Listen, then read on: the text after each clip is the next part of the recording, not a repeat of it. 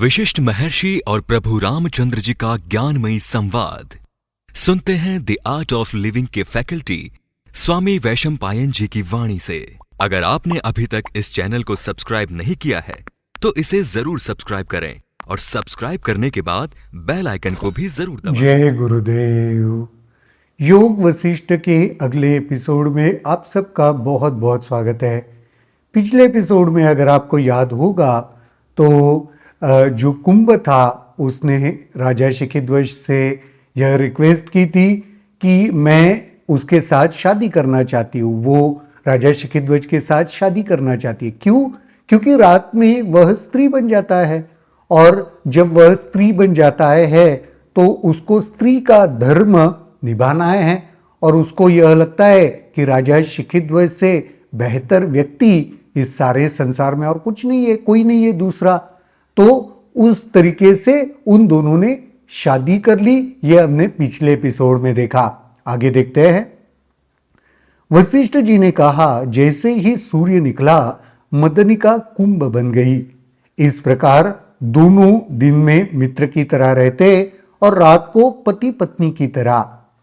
एक रात को शिखिध्वज अभी सोया ही था कि कुंभ राजमहल गया।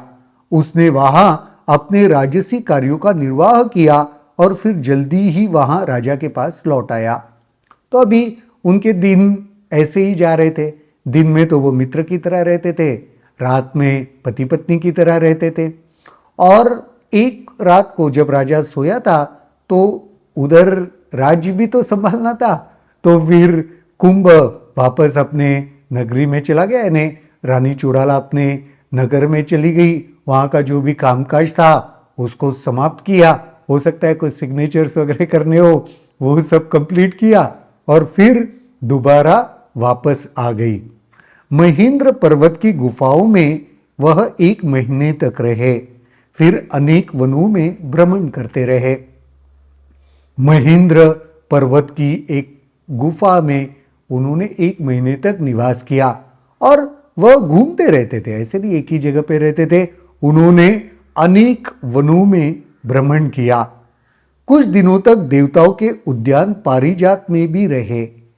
यहाँ पे अलग अलग वर्णन है। जैसे देवताओं का एक उद्यान की बात हो रही है जिसका नाम है पारिजात, उसमें भी वह रहे। यह उद्यान मैनाक पर्वत की ढाल पर स्थित है। वे कुरु और कौशल राज्यों में भी विचरण करते रहे। तो सारा यहाँ पे एक्सप्लेनेशन है वो कहाँ पे गए। अभी व्लॉगिंग होता है ना, तो ट्रैवल व्लॉग करते हैं लोग, तो ये थोड़े से कहानी में वैसे बता रहे हैं कि यह उद्यान कौन सा पारिजातक उद्यान, वह मैनाक पर्वत की ढाल पर स्थित है। और कुरु और कौशल राज्य उस जमाने में थे, वहां पे भी वो गए, वहां पे भी विचरण किया। महीनों इस प्रकार भ्रमण करते रहने पर चुड़ाला ने सोचा कि राजा की प्रौढ़ता को परखने के लिए उसके सामने स्वर्ग के दृश्यों को और आनंद को क्यों न रखो। अभी भी रानी चुड़ाला के मन में है तो राजा को एक बार परख लेते हैं। तो एक काम करते हैं, क्यों न स्वर्ग की जो भी सुख है, जो भी भोग है, विलास है, उसको क्यों न राजा के सामने रखा जाए।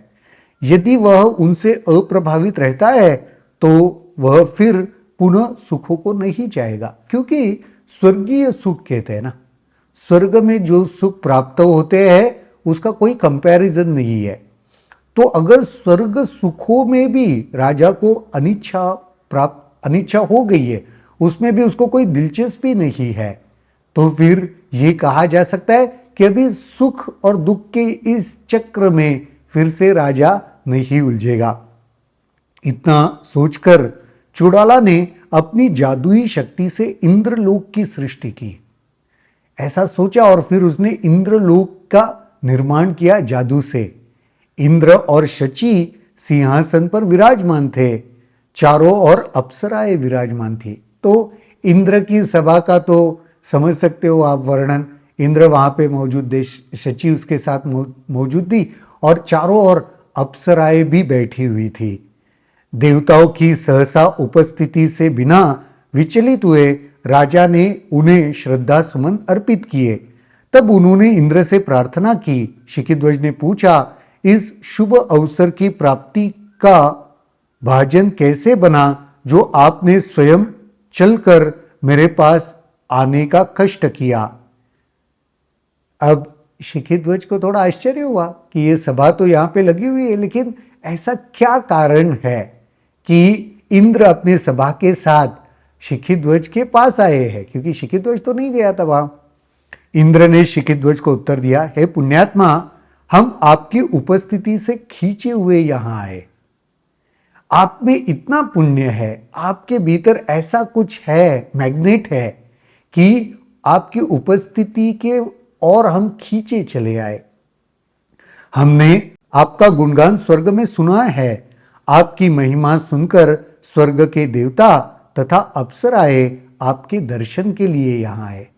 ऐसे नहीं, यहां पे हमने स्वर्ग में भी आपका गुणगान सुना है, तो इसीलिए आपके दर्शन के लिए सारी देवताएं, अप्सराएं, हर कोई यहां आए हैं।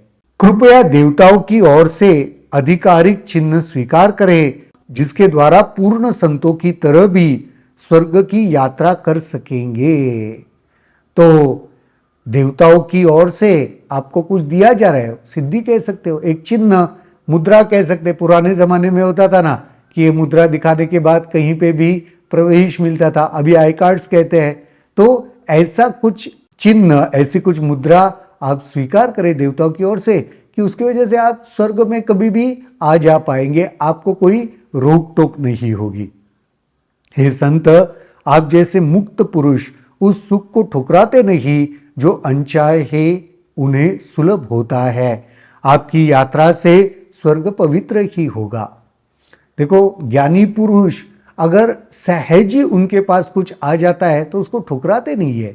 आप स्वर्ग में आओगे ना तो उससे स्वर्ग को पवित्रता ही मिलेगी, स्वर्ग पवित्र ही होगा।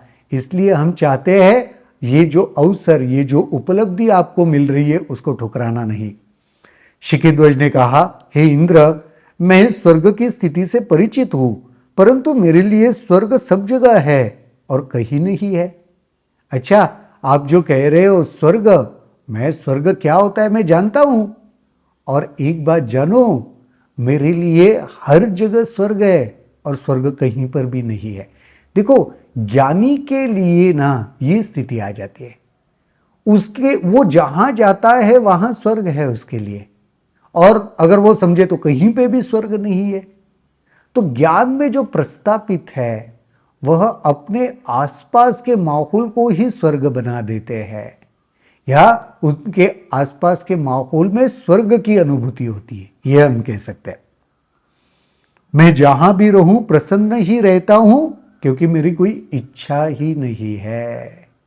मैं जहां कहां रहता हूं ना, मैं प्रसन्न ही हूं, और इसका कारण क्या है, मेरी कोई इच्छा नहीं है। इसे याद रखना, ये एक रहस्य यहां पे बता दिया है। हमेशा प्रसन्न रहना चाहते हो, कोई इच्छा नहीं होनी चाहिए। जिसकी कोई इच्छा नहीं वह हमेशा प्रसन्न रहता है। जिस स्वर्ग की बात आप कर रहे हो वहां जाने में मैं असमर्थ हूं, क्योंकि वह एक स्थान पर ही सीमित है। हाँ, आप जिस स्वर्ग की बात कर रहे हैं वो वहां पे जाने में मैं असमर्थ हूं, क्योंकि सीमित है, एक ही जगह पे वह है, और मैं तो असीमित हूं, मैं हर जगह हूं, मैं हर जगह जाता हूं। अतः मैं आपकी आज्ञा का पालन करने में असमर्थ हूं, इसलिए मुझे क्षमा करो। इसलिए मैं आपके आज्ञा का पालन नहीं कर सकता। वो चाहते हैं कि वो स्वर्ग में आकर रह जाए इंद्र, लेकिन उन्होंने कहा यह मुमकिन नहीं है, मेरे लिए हर जगह स्वर्ग है। इंद्र ने कहा, मैं सोचता हूं कि मुक्त संतों को आवंटित सुखों का भोग आवश्यक है। इंद्र भी ये कह रहे, मुझे ऐसे लगता है कि जो संत मुक्त है उनके हिस्से में जो सुख आए हैं ना, उसका भोग उन्होंने अवश्य करना चाहिए। शिखिध्वज मौन रहा। इंद्र जाने के लिए तैयार हुए। शिखिध्वज ने कहा, अभी स्वर्ग में नहीं जाऊंगा क्योंकि वहां जाने के लिए यह समय उपयुक्त नहीं है। तो वह मौन रहे और इंद्र जाने की तैयारी करने लगे। तो उन्होंने कहा अभी ये जो समय है ना, यह उपयुक्त नहीं है। राजा और कुंभ को आशीर्वाद देकर इंद्र अपने दलबल के साथ चल दिए। ठीक है, इंद्र ने कहा, उसको आशीर्वाद दिया, कुंभ को भी और राजा को भी, और अपनी जो सभा में जो लोगों को साथ लेके आए थे वहां से उनको लेकर वह चले गए। कितनी दिलचस्प कहानी चल रही है। देखो, रानी चुड़ाला अभी भी चेक करना चाहती है। स्वर्ग सुख राजा शिखिध्वज के सामने रखे हैं उसने, और इंद्र उनको बुला रहा है कि वहां पे आ जाओ, स्वर्ग में आकर रहो और जो भी सुख है उनका भोग करो। पर राजा स्थिर है, राजा मौन है, और राजा कहता है यह समय उपयुक्त नहीं है। यह कह के हम जैसे समय निकालते हैं ना, इस समय नहीं, अभी नहीं, अभी कुछ है, ये कह के उन्होंने इंद्र को टाल दिया। यानी अभी राजा शिखिध्वज के मन में वह कोई लालसा, कोई इच्छा शेष नहीं है, यही यहां पे प्रतीत होता है। आज के इस कहानी में तो यहीं पर रुकेंगे। इस कहानी में आगे क्या होता है जरूर देखेंगे, लेकिन अगले एपिसोड में। तब तक के लिए जय गुरुदेव। अगर आपके इस वीडियो को लेकर कुछ सवाल हैं तो कमेंट सेक्शन में जरूर लिखें, जिसके ऊपर हम आने वाले वीडियोस में चर्चा करेंगे।